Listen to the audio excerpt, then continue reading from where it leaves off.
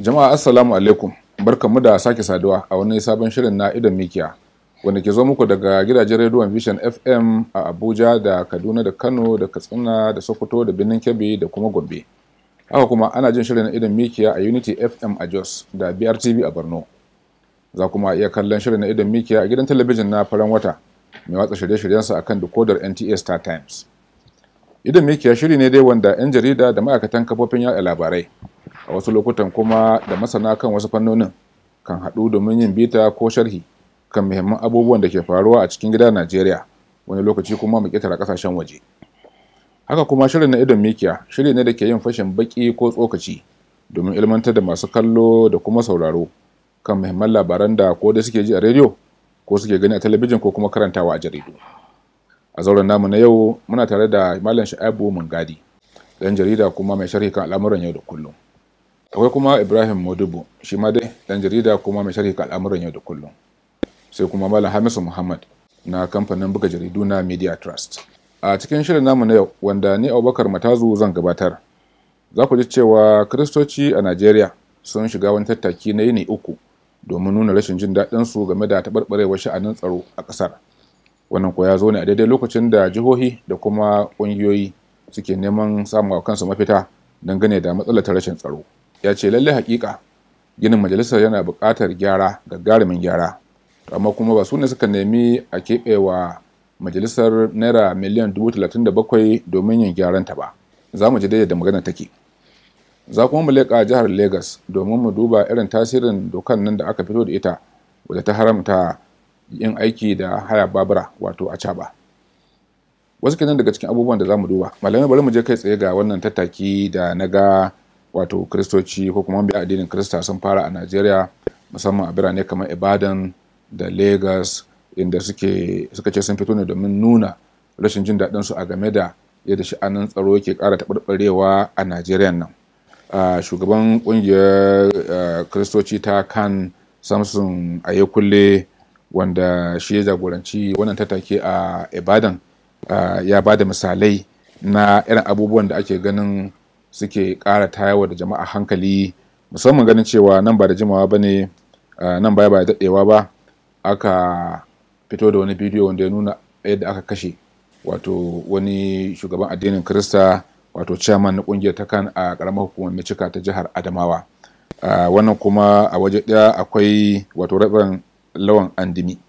Akwai kuma wasu mutane biyu da aka sace.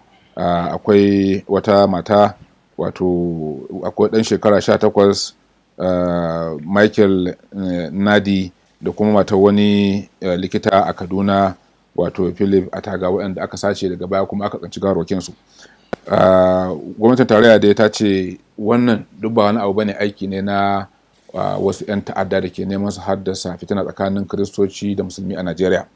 A daidai wannan lokacin ne kuma aka samu labarin an kama wani mutum ko abin nan ko kuma wani matashi a Kaduna, wato Nathaniel Samuel, wanda ake zargin ya je zai tayar da bom a cocin Living Faith Church a Sabon Tasha da ke nan Kaduna. Mun ga dai bari faru daga gare ka, idan aka dubi wannan wato matsaloli na tsaro da ake wasu ke nuna ana samun ci gaba, wasu kuma suke nuna a'a ai kwan gaba kwan baya ake yi, saboda inda ana samun ci gaba babu bukatar a ce za a kafa kungiyoyin kare kai ko kuma rundunoni kamar yadda muka gani a yankin kudu maso yammacin Najeriya ita wannan a matakun, ga kuma yankin kudu maso gabas su ma sun taso da nasu yunkurin, da dai sassa na Najeriya har ma da yankin kudancin Kaduna.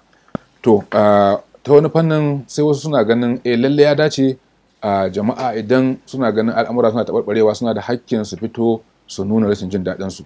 To amma kuma sai wasu kuma suna nuna kuma a'a ai ita ƙungiyar Kiristoci ta kan misali ya kamata ta rika fitowa tana bayani ne akan abin da ya shafi kowa, ba wai lalle sai wato idan an taɓa ko kuma abin ya shafi mabiya addinin Kirista ba. To amma kuma in ka zo kamar nan Kaduna inda aka ba da labarin an kama wani da bom, kuma wannan daga bayanin da ake cewa daga sunan shi za ka ga ba musulmi bane, da farko ana cewa ƙungiyar Boko Haram ce za ta kai harin kunna bakin wake da sauransu. Wato sai ga abin yana da daure kai ya ka fahimci wannan matsala. Matazu, rashin tsaro dai a Najeriya, duk wani wanda a ɗan Najeriya, kai ba ɗan Najeriya ba, duk wani ɗan Afirka ya san akwai matsalar rashin tsaro a Najeriya. Ba sai ka hito ka yi zanga-zanga shi zai faɗakar da jama'a cewa akwai matsalar tsaro wato a wannan ƙasa ta mu Najeriya ba. Amma kar mu manta, baya ga wannan tattaki sun yi maganar ayi addu'o'i har ma da azumi. Idan za a yi addu'o'i da azumi, sun san inda suka faɗakar da magoya bayansu, wato a cikin ɗakunan cocin su, wurin ibadarsu, nan ne ake irin wannan gangami, nan ne ake ba da wannan sanarwa cewa a yi addu'a da sauran harkokin ibadu.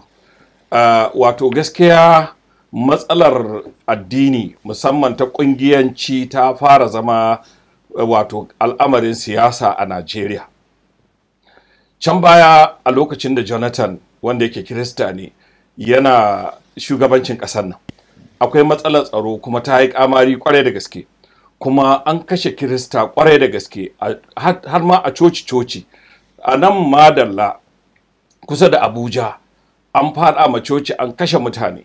Ba mu ji Kiristocin Najeriya sun fito sun yi zanga-zanga ga wannan lokaci ba. Hasali ma duk wani wanda ya fito ya soki wannan gwamnati, shugaban Kirista na wannan ƙungiyar Kiristoci na wannan lokaci, wato Ayo Orisizafo, shi ke fitowa da kanshi yana kare shugaban ƙasa a wannan lokaci. Kuma karka manta, a Afirka ta Kudu ne aka kama jirgin shi shugaban ƙungiyar kan da kuɗaɗe masu ɗimbin yawa, wanda ya ce wato ya an je sayan makamai da su ne da sauransu. Kaga an daɗe ana harkar siyasa da wannan ƙungiya ta kan. Duk da ƙungiyoyin musulmi ba a bar su a baya ba, domin su ma an ji yadda aka raba kuɗaɗe da sunan addu'o'i da harkar tsaro da sauransu a ƙasar nan da harkar zaɓe. Abinda 'yan Najeriya ke cewa shine, shi dai addinin Kirista abinda aka sani da shi shine nuna ƙauna da tausayi ga kowane ɗan adam. To kuma haka muka ji limamansu da malamansu suna faɗa cewa addinin Kiristanci addini ne na tausayi da ƙauna. Don haka in an taɓa Kirista ko aka taɓa wata halitta ta Allah, kamata ya duk inda Kirista yake fito ya nuna tausayi da ƙauna. Wannan tashin hankalin ana kashe musulmai, ana kashe Kirista, ana kashe waɗanda ma ba su da addini a ciki. Saboda haka bai dace wata ƙungiya ta zo ta ware kanta.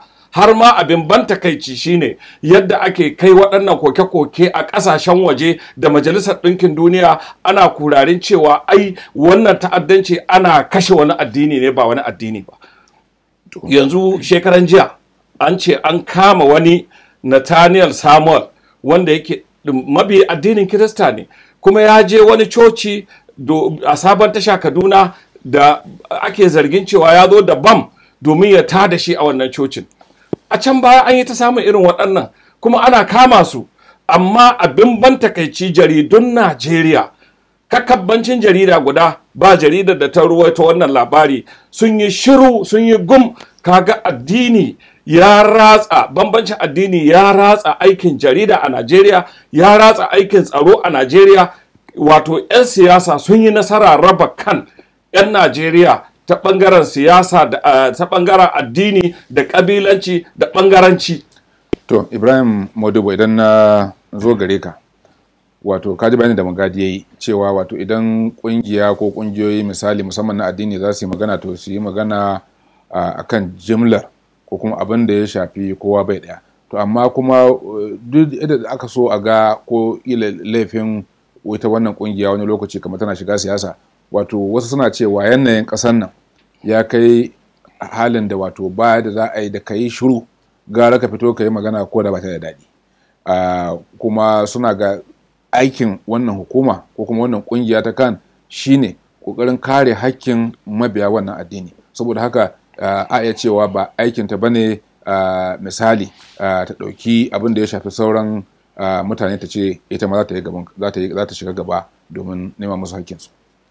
Wallahi duk lokacin da na ji irin waɗannan abubuwa suna faruwa ta wajen addini inda ake cusa cikin siyasa, kukan zuci nake yi.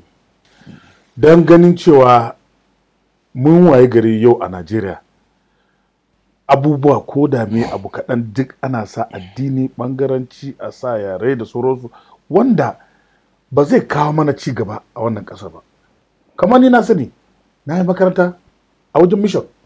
A lokacin da muke makaranta mutanen nan wallahi tallahi turawa za su zo ta da mu ko lokacin azumi da sauransu mu yi sahur, lokacin da za mu sha ruwa su kai mu masallaci ranar juma'a mu yi layi mu sa kaftan mu je mu gaida sarki sai mu sake dawo makaranta. To yaushe ne aka wayi gari aka ga cewa yau mutane an zo an samu rabon kai? A'a, Kirista zai zo yanzu haka kamar abin da ke faruwa yanzu. Lokacin da kwanan bayan nan da sarkin Fortescue aka je aka kakkashe mutane da sauransu, akwai wanda ya fito ya yi ma wani jaje? A sai wato idan abu ya taba ka ne kawai shine mutum zai zo ya fito? To a demokradiyance kan tana da zarafi na tafi ta gangami, wannan demokrasi ta yarda da shi. Amma abin da muke duba shi ne menene nan gaba, menene wanda zai haifar. Don a yanzu komai yanzu a Najeriya ta fara fa abin da ake drifting tana fadawa ta wajen maganar addini inda ake kawo mana cikin siyasa sosai. To wannan abin ba zai kawo mana cigaba ba.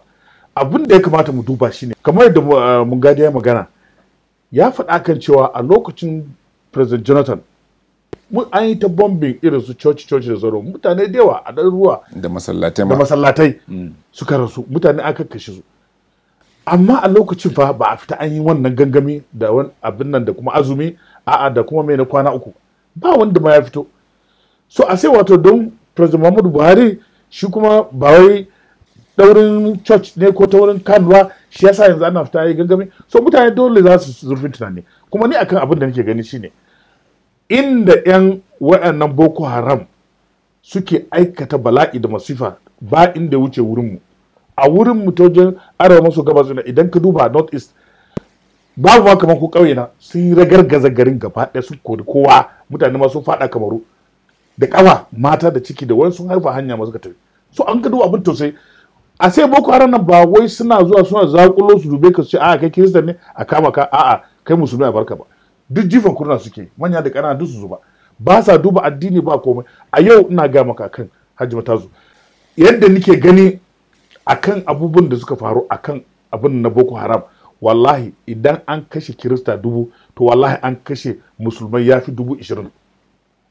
Don yanka malamai, yanka limamai a cikin masallatai ko ina inda suka kama, duk kawai kowa suka kama suka ga cewa kai ba kai da su ba, shikenan su gaba da kai. A takaice kana nufin wannan mataki da ita kungiyar kan ko kuma kungiyoyin Kirista suke dauka na nuna rashin jin daɗin su game da sha'anin tsaro a Najeriya bai yi daidai ba, gara a yi shiru?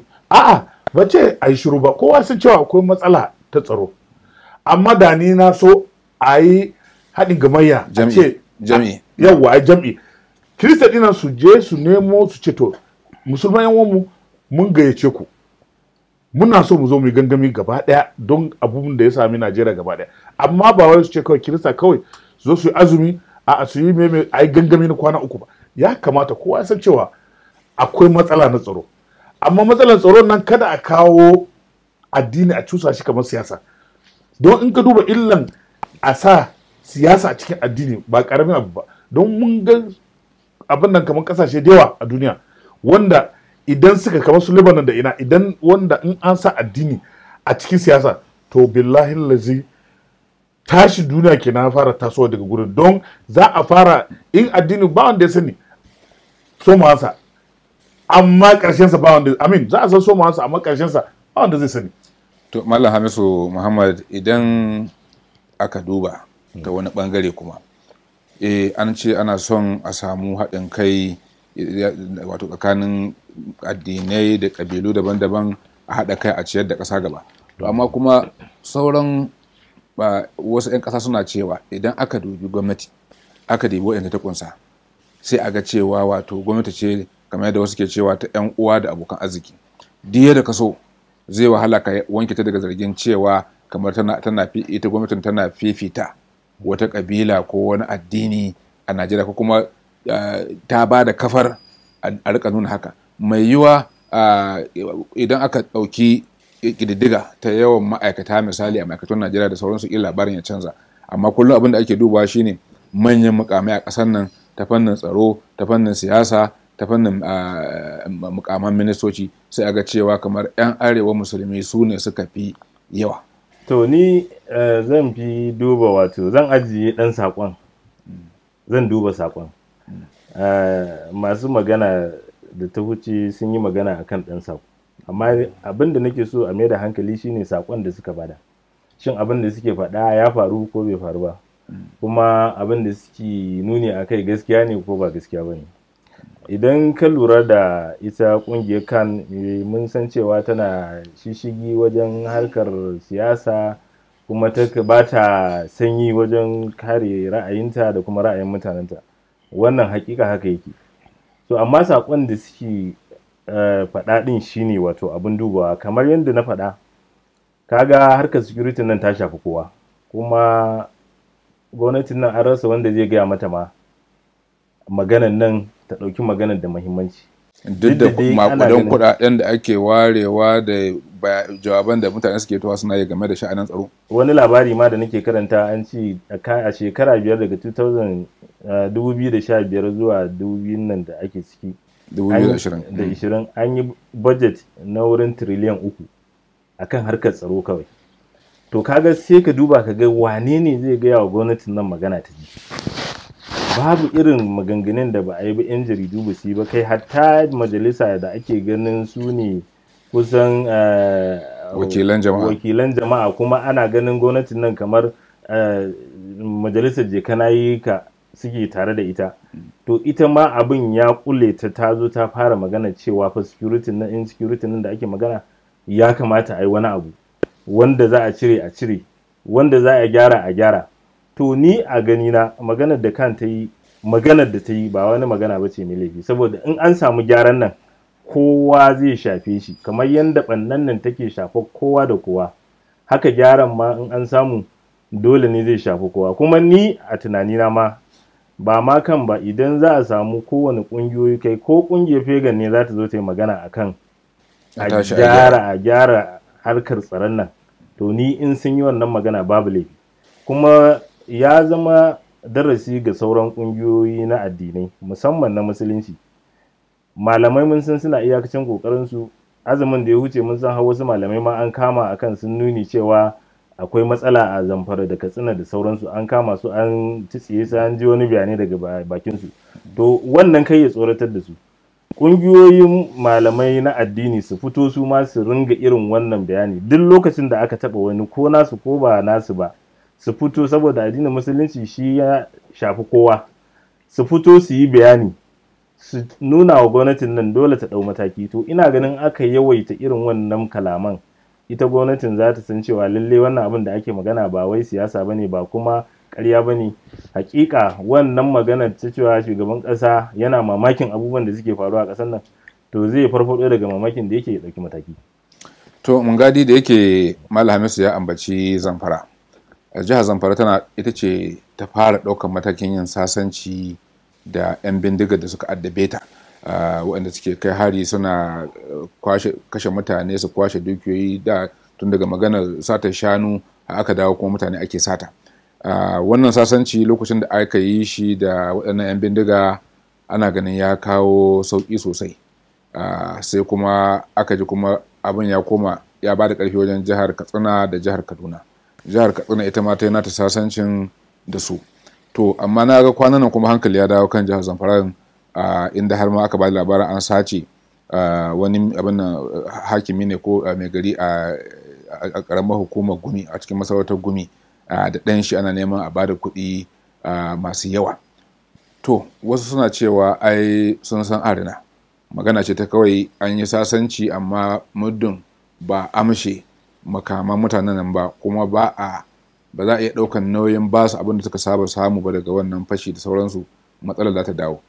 Kai ya ka fahimci al'amarin na jihar Zamfara, da kuma yanzu kamar da muke ake ba da labari, wato hare-hare sun dawo jihar Niger, mutane da yawa an watsa su suna gudun hijira.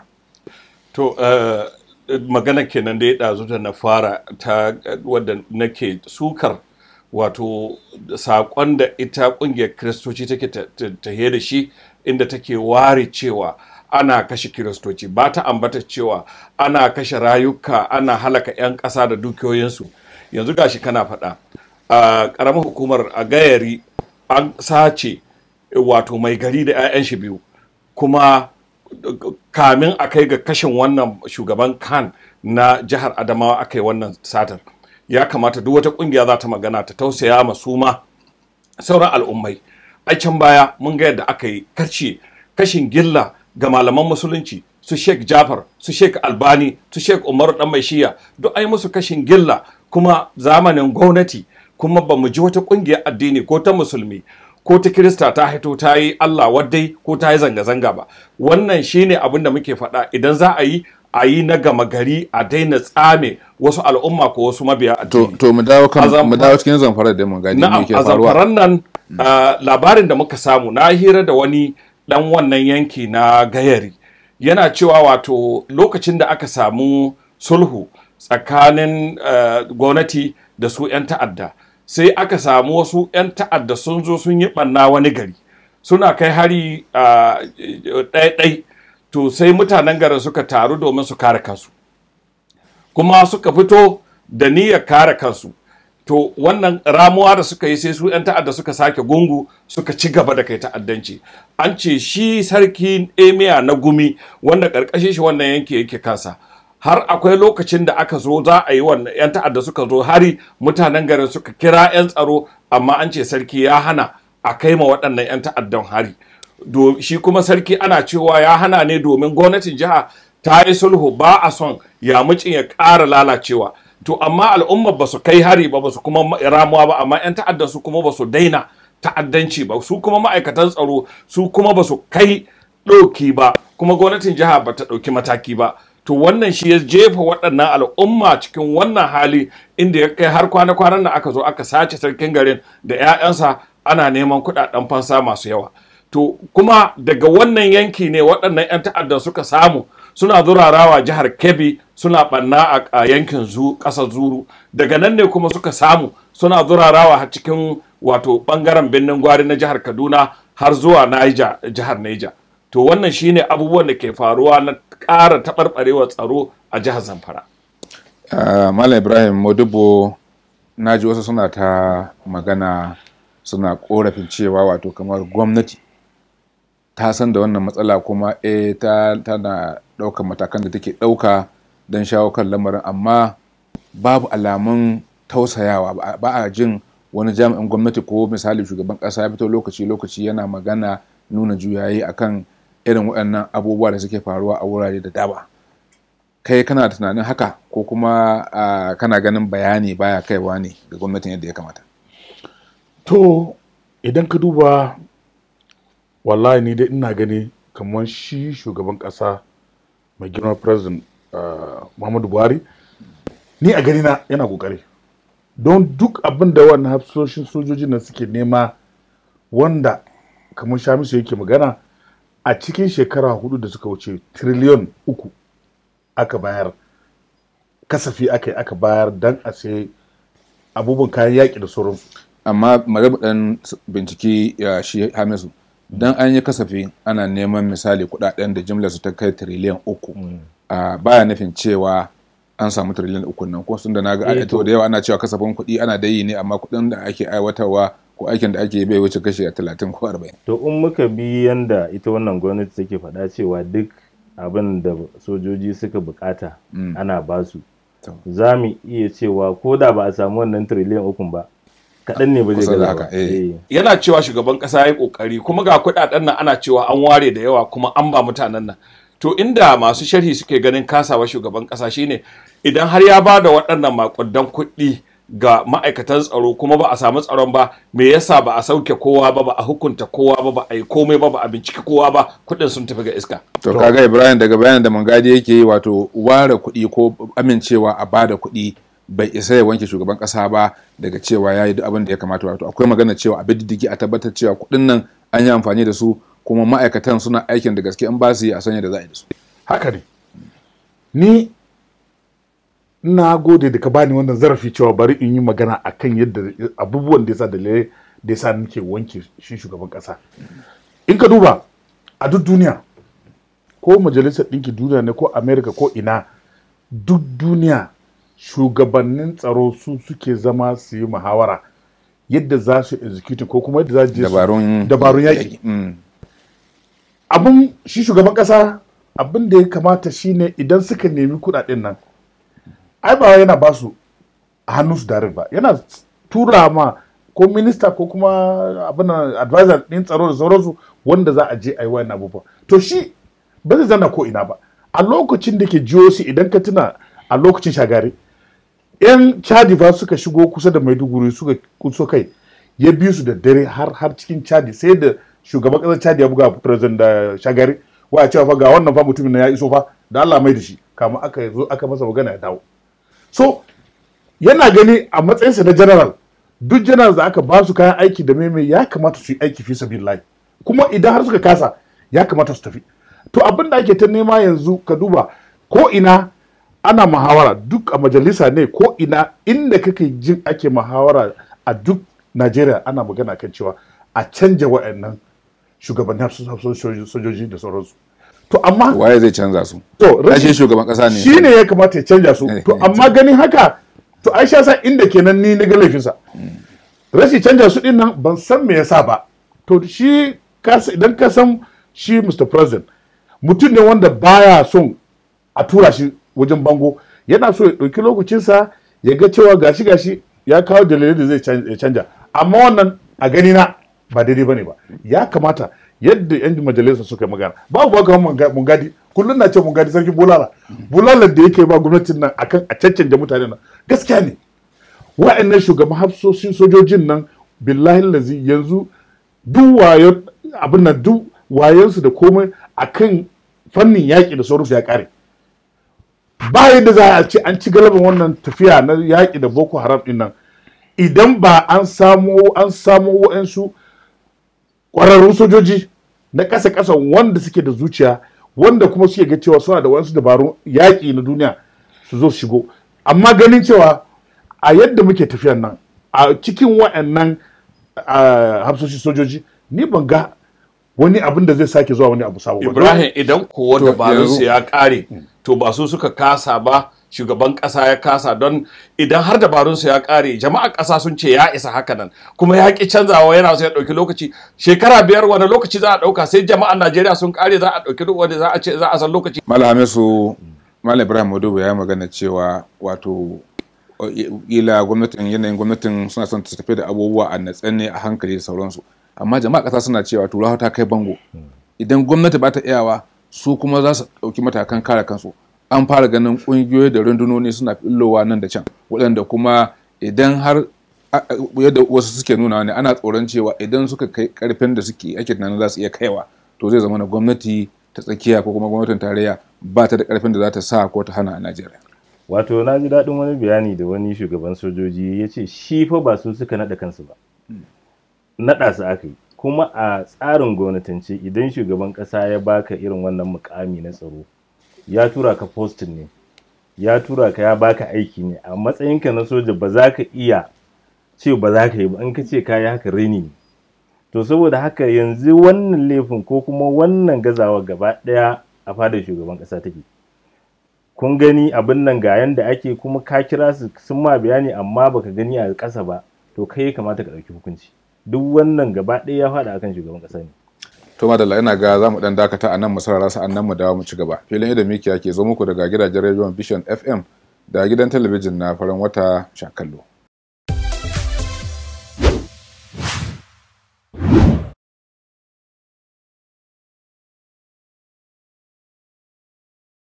Najeriya ƙasa ce da Allah ya albarkace ta da ɗumbin al'umma masu ƙabilu da al'adu da addinai iri daban-daban, sannan ga albarkatun ƙasa na noma da kiwo da tarin tulun ma'adinai. To kotun da Allah ya yi mana wannan gata, saura da me sai kurin mu haɗa kanmu, mu so juna, mu yi aiki tare wurin gina ƙasa tare da tabbatar da zaman lafiya da zaman tare, sannan mu kauce wa ƙiyayya da mummunan zato tsakaninmu, domin a matsayinmu na 'yan Najeriya mu 'yan uwan juna ne. A fatuna sai mun so juna, mun zauna lafiya ne za mu samu ci gaba da karuwar arziki a ƙasar mu Najeriya. Wannan saƙon jan hankali ne daga hukumar gidan talabijin na Farin Wata Shakallo.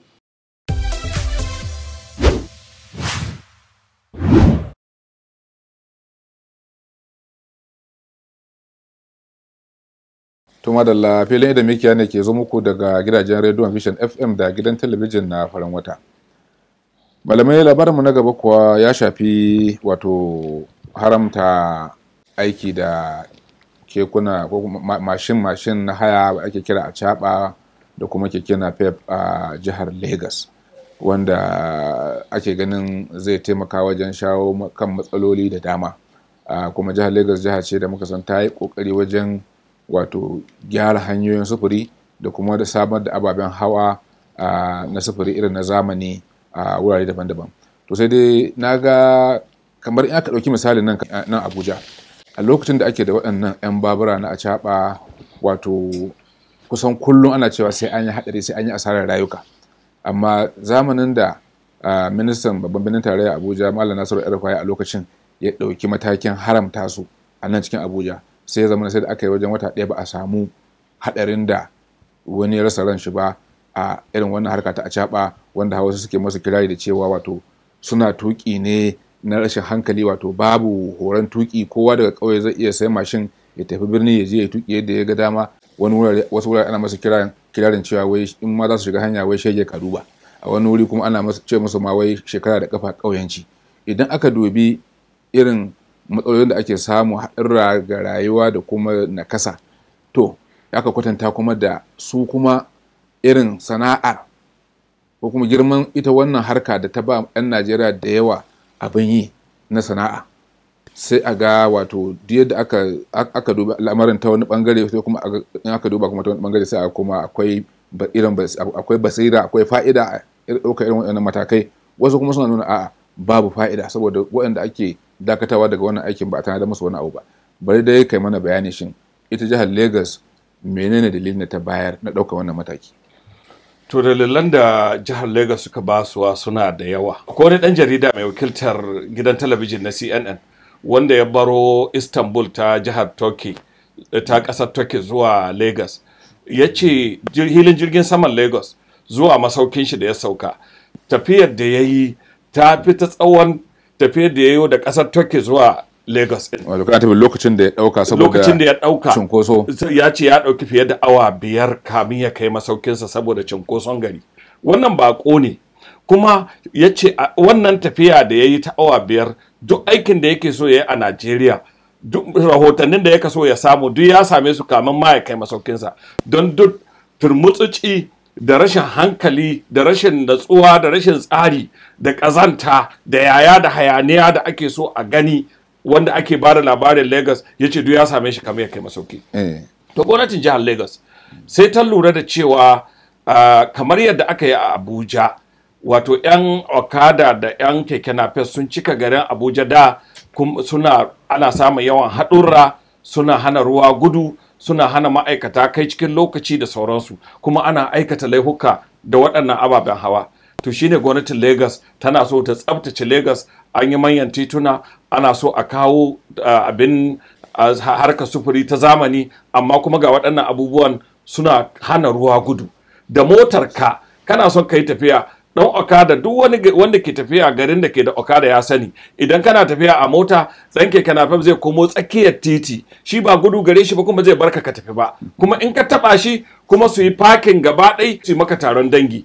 To wannan rashin bin doka da yawan kawo haɗurra da yawan wato rashin bin ƙa'idar tuƙi, su suka taru suka sa kowane birni wato yana ƙyama na irin waɗannan. Da za su haɗa kansu, su zauna su yi ma kansu karatun tanatsu, su koya wa 'ya'yansu yadda za a bi doka, a rage haɗurra, kuma a rage kawo ma al'umma cikas, a kiyaye haƙƙin tuƙi, to da jama'a ba za su yi kuka da su ba. Kwana-kwanan nan ko jihar Katsina kaji, saboda tsaro ta hana yawo da okada cikin gari. Jihar Kaduna ta taɓa yi, jihohi da dama suna kuka da 'yan okada domin ana amfani da su, ana kawo matsalar tsaro. Saboda haka Lagos yana cikin manya-manyan dalilan da ta kawo na hana wato gudanar da waɗannan sufuri ta waɗannan abubuwan biyu. Malam Ibrahim, daga bayanan da Mungadi ya yi, wato akwai matsala ta rashin tsari, ana ganin wato yadda suke yawo baje-baje da wato babu tsari, ana amfani da su domin aikata laifuka da sauransu. Amma aka duba, ƙila masu aikata laifukan nan suna amfani da baburan ne mutane ne kalilan, akasarin su kuma suna neman harkar su ne ta abinci. Shin idan misali motoci sun yi yawa a Lagos suna kawo cinkoso, ko a wani gari, ko kuma 'yan tasi sun yi yawa suna kawo cinkoso, ai ba mu taɓa jan ɗauki matakin cewa a hana aiki da tasi ba ko kuma a hana aiki da motoci.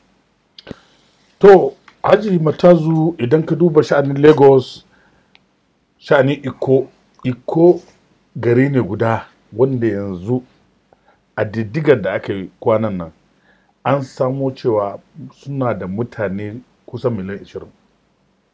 So garin akwai cinkoso ne kuma babu inda kama a ce ba isassun hanyoyi, kuma yawancin wuraren maruwa ne kawai. Saboda haka in ka duba akwai bukatar da zai sa gwamnati na ta kori 'yan okada da sauransu. Me yasa in ka ga lissafin da suka ce kowane sati 'yan okada suna kakka da mutane, suna in ka gare guragu yanzu yawanci okada ne ke sa guragu na kasa su kakkare gababuwansu da su hannaye da sauransu 'yan okada. Idan ka duba 'yan okada na su ne za ka ga kamar yamma yayi su suke fashi da makami. Don ana amfani da babura wajen fashi ko kuma aikata laifuka baya nufin cewa za a yi jimla a ce 'yan okada ko 'yan acaba su ne suke aikata laifukan. Wannan na ga maka ba wai wannan nazari ne ba, abinda su 'yan Lagos suke faɗi kamar gwamnati ake zargi, wannan duk zargi ne cewa su suke fisge irin jigakkunan mata da sauransu su tashi aiki da sauransu, duk wayannan abin ne don a ce su ba da bahasi akan abin da ya sa suka kori okada. To in ka gani Lagos cunkoso ya yawa, kuma duk garin da ake so kamar yanzu Abuja ake kira administrative capital ko kuma inda ake gudanar da ayyukan gwamnati. To Lagos a Najeriya kowa ya sani cibiyar kasuwanci. Saboda haka dole ne duk gwamnati take da fasaha, duk gwamnati take da tunani da zurfin tunani, ya kamata a samu motoci na zamani inda kamar Brazil, in ka duba yanzu Brazil su ma yanzu a cikin diddigan da suke kamar Rio de Janeiro yanzu suna da abin da sun fi miliyan 20, amma ba za ka ga wayannan okada ko ba za ka ga cewa motoci ne ga su suna nan manyan motoci buses ɗin da ake samu ana sa su a hanya. So ni a gani na ban ga laifin Lagos ba akan su hana wannan 'yan babura da 'yan abin nan, amma akwai fa abin da zan ce problem ko kuma akwai matsalar shine mutanen da aka ce an hana su me za su yi, da yawancin su suna neman abinci. Shi yasa yanzu ya zama dole akwai mutane da yawa da suke zuwa Lagos daga sassa daban-daban na kasar nan suna hawa okada. Ya kamata gwamnoninmu su zanna su nazari, mutanen da suka gama makaranta ga yara suna nan masu jini a jika, meye ne za su isi musu? Za su tallafa musu batun zuwa noma? A'a, za su ba su ayyuka na yi, don rashin aiki yi shi yasa ake zuwa. Yanzu ga mutum ya je ya ga makaranta, ya yi university ya gama, ya yi abin nan har yana da master, za ga yana hawa okada a Lagos. Saboda haka ni a gani na ya kamata gwamnati ta yi tsari, ta yi zurfin tunani, ta duba a ta ina ne za ta taimaka 'yan ƙasa inda mutane za su samu aiki su ci abinci. Don the moment in har ba su taimaka wa waɗannan yaran ba, to wallahi ba yadda za ka raba sace-sace, fashi da makami, kidnapping ko kuma sata mutane da sauran dukkan wayannan abubuwa ne da yake nan tattare da rashin aiki. Malam Hamisu, na san kamar yadda Malam Ibrahim ke bayani, wato matsalar samar da aikin yi ko rashin isasshen aikin yi a Najeriya babban matsala ce da duniya ma gaba ɗaya, wadda ana dangantawa da abubuwan da ke iya kawo karuwar aikata miyagun laifuka.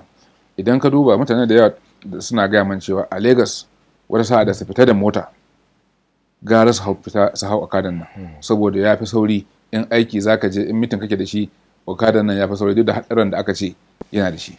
To idan kuwa haka ne a garin nan cunkus kamar ake cewa ake tsoma makaranki sai wanda ya zo ya gani, anya lokaci yayi da za a janye misali a haramta wannan harka ta okada gaba ɗaya, ko kuma a takaitawa ya kamata a yi, ko kuma a tsaftacewa ya kamata a yi? Wato ni kaina na mori harka a caba wannan zuwan Lagos da na yi na ƙarshe. Inda ba dan a caba ba da sai na rasa jirgi na, kuma sai na kashe kusan 10,000 na sabon hotel da zan kama. To bayan da za a ce wato ba su da amfani gaba ɗaya, kuma in irin wannan ya faru gwamnati kamata ya ta duba ta gaya za ta yi ta kawo gyara. akwai wasu da suka kawo sabon tunani wanda ake kira, amma sun fito da sabon tsari wanda za ka yi amfani da wayar ka kira su zo su ɗauke ka, kuma da caji ta katin waya ta kati za ka tura kuɗi ba ma tare da kai wannan so za ka ga su tsarin su daban yake. Kuma a Lagos kamar yadda ka faɗa, gwara ka tafi da mashin wasu wurare da dama da ka tafi da mota. So laifin ba wai na mashin ɗin kaɗai ba ne, su kansu motocin da ake basu suna yawo akan titi dole ne a rage yawan motocin, saboda titin ya yi wa motocin kaɗan. Dole a rage yawan motocin, a bada lamba daga lamba zuwa kaza ga motocin da za su yi amfani. To kaga wannan zai rage, kuma an yi a wasu ƙasashen sun yi amfani. Sannan maganar jirgin nan da ke zirga-zirga a cikin gari, babu babban birni yanzu wanda ya kai yawan jama'ar Lagos wanda ake ji da shi a duniya wanda ba shi da harkar jirgi ta ƙasa kamar Lagos. Har yanzu shekara wurin 7 kenan tun lokacin Fashola ake wannan aiki, har yanzu ya gagara. Muhimmancin kawo sufurin jirgin ya zama da kowane gabas da yamma, kudu da arewa. Jama'a za ka ga sun ajiye motocinsu sun koma wannan jirgin ƙasa, so sai ka ga titin ya zama babu hayaniya. Kuma Lagos tana da albarkar ruwa, za a iya bi ta ruwa daga Victoria Island ko zuwa Mainland, za a iya harkar faɗaɗa wannan, akwai amma bai isa ba, a faɗaɗa wannan harkar zirga-zirga ta ruwa, a ringa ɗaukan jama'a ana kasu, sai ka ga titin ya zo babu kowa. Amma in dai ba za a bi wannan ba to za a ci gaba da fama da matsala. So kamar maganar rashin aikin yi da kai, mafi yawancin acaɓan nan ba, wato acaɓa ta zama kamar ita ce aikin mafita, aikin yanci rani. Don duk wanda kaga ya fito daga ƙauyensu ya shigo birnin yanzu, da abin da ake yi shushana, amma yanzu shushana an daina, acaɓan nan ita ce take yanke musu matsala. To amma su waɗannan matasan ba wai fa acaɓan nan dole bane ta kama sai sun yi ta. Barin gidajen da suke yi zaka ga duk inda damuna ta yi sun koma. To ashe ko suna son su yi noman nan. Me gwamnatocin mu suke, ko kuma wani gwamnatoci wani kokari suke yi su samun musu da harkar noman rani wanda za su rike wannan matasa da suke tururuwa zuwa birni, su zaunar da su a ce damuna tana karewa to ku ci gaba da harkar noman rani. Kaga wannan zai jinye mafi yawancin matasan nan, kuma ya ba su abin yi, kuma za su ci gaba da alfahari da sana'a da suke. Dan inda ba su alfahari da noman, ba za su baro Lagos ko Ibadan da damuna su dawo gida su yi noma na wata 4 na wata 3 ba, sannan su sake koma. Suna da kungiya wannan wato masu harkar ababen hawa na sufuri da acaɓa da keke napep, suna da wakilai kuma suna kada ƙuri'a.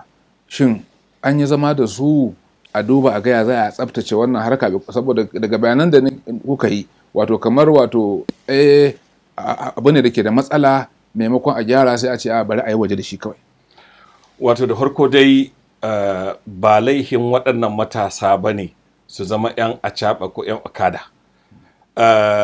Gwamnatin Lagos ba ta kawo wannan dokar ba sai daga bayan nan, kuma kamar yadda sauran malamai suka faɗa, ba a ƙirƙiro wani abu da za a tallafa matasan nan ba, cewa to yanzu ga wannan amma ku bar wannan. 'Yan Rufa'i a lokacin da ya dakatar da acaɓa a Abuja, ya kawo 'yan motoci na taxi, aka sa matasa suka yi rijista, aka ba su motocin nan bashi su je su yi taxi.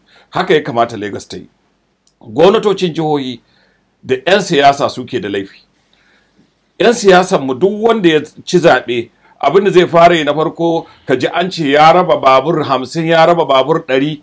Kaga suke kawo baburan nan, madadin ka kawo ma matasan nan babur fa ba sana'a bane, domin ka sai ma mutum guda ne tal, kuma in babur ɗin ya lalace zai koma ƙasa.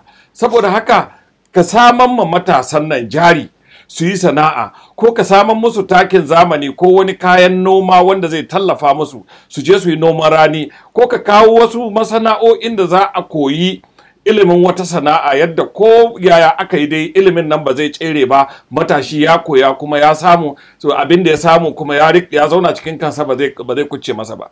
Ga abubuwa nan da za a koya matashi ya yi amfani cikin al'umma. Amma duk wani ɗan siyasa ya tashi daga ya so keke napep sai ya so babura, to baburan nan su abin da matashi ya samu kenan, abin da 'yan siyasa suka tanadar musu kenan. Bayan sun wahala sun bauta ma 'yan siyasa, madadin a samun musu aikin yi sai a je a kawo musu babur da keke napep.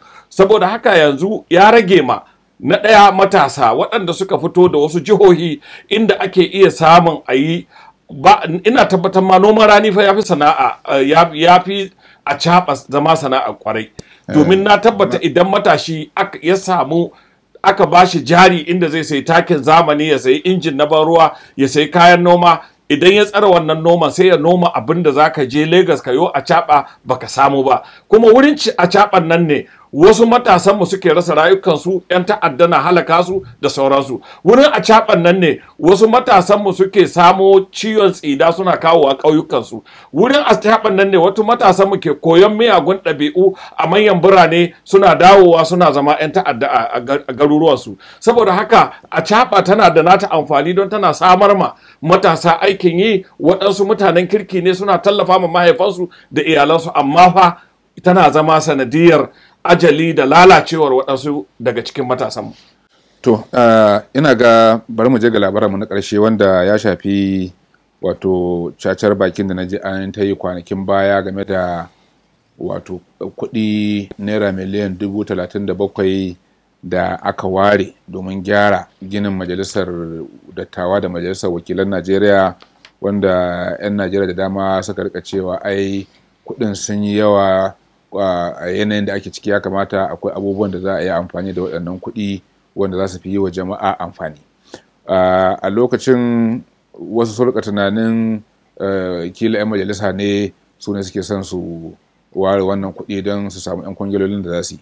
To amma dai ta bayyana cewa majalisar ba ita ta nemi wannan kuɗin, ba ita za a ba wannan aiki, kuɗi ne da hukumar gudanarwa ta babban birnin tarayyar Najeriya FCDA ta nema.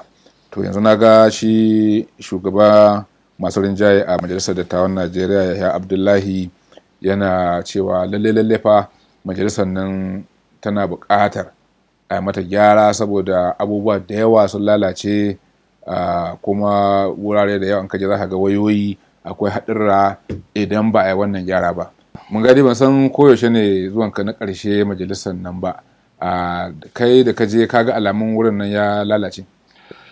Da farko dai Matazu, da hukumar birnin tarayya da ta shirya wannan kasafin kuɗi miliyan 37,000 da majalisa ta tarayya wadda ta sama wannan kasafin kuɗi ta bar shi ya wuce, aka ce ya yi daidai, da shugaban ƙasa da ya sama yawan miliyan 37,000 hannu don a gyara majalisa, duk ba su tausaya ma 'yan Najeriya ba. Da makaranta inda ake koyon ilimi, da asibiti inda ake neman lafiya, da majalisa ina ya fi muhimmanci. Duk makarantar da ka sani a kowanne za a ce kowanne da nashi muhimmanci, wanne ya fi muhimmanci, kowanne an kasafin kuɗi ya ware mashi kuɗaɗen da za a tafiyar da hidimomi a wurin. Nawa aka ware ma makarantun nan cikin garin Abuja? Duka gaba ɗaya makarantun nan gwamnati na Abuja nawa an ka ware masu? Idan ka shiga za ka ce wurin kwanan awaki ne a cikin garin Abuja, a cikin babban birnin Abuja. Don me za a ware kuɗi? Wannan majalisa idan ka shiga kamar kalasa take Matazu, lafiya lau take, ba abin da ya same ta. Don me za a ware mata miliyan 37,000 a bar makarantun ne, a bar asibitoci, hanyoyin Abuja duk gasu nan sun fara lalacewa. Don me za a bar Abuja ta lalace, ana ta'addanci a ciki? Abuja ta koma duk da gadin inda ke sa ta tana sha'awa sun lalace, sa'an nan a dawo a ce a gyara majalisar da kamar ka kwanta ka mulmula a ƙasa take, lafiya lau take. Duk shekara sai an ware mata wasu kuɗi na kula da ita, na kula da gyaranta, wanda ake ce ma maintenance. Ina ake yi da kuɗaɗen da za a ce a ware? Nawa ma aka gina majalisar gaba ɗayanta, balle a ce wai gyaranta ɗai na shekara ɗaya za a rena wayon 'yan Najeriya a ɗebi miliyan 37,000. Mun fahimce ka, kai dai baka goyi bayan a kashe wannan kuɗi ba a gyara wannan majalisar. Ko miliyan 700 dubu guda ba goyi baya ba ni. Ibrahim, kai ma na san kakan zagaya majalisar nan. To zan yadda da Mungadi akan cewa wannan kuɗi sun yawa. Fi sabilillahi, Najeriya tana da matsaloli da yawa wanda ya kamata a ce an sa wa'annan kuɗaɗen don a ga cewa an samu mafita. Babu ma kamar ilimi, harkar kiwon lafiya, da kuma ko da hanyoyi ma da sauran, da kuma lantarki. Idan da aka samu wa'annan, aka sassa wa'annan kuɗaɗen, ni dai a gani na nan da shekara 2 ko zuwa 3 ban tsammani idan 'yan majalisar suna ciki wannan wuri zai kife da su ba.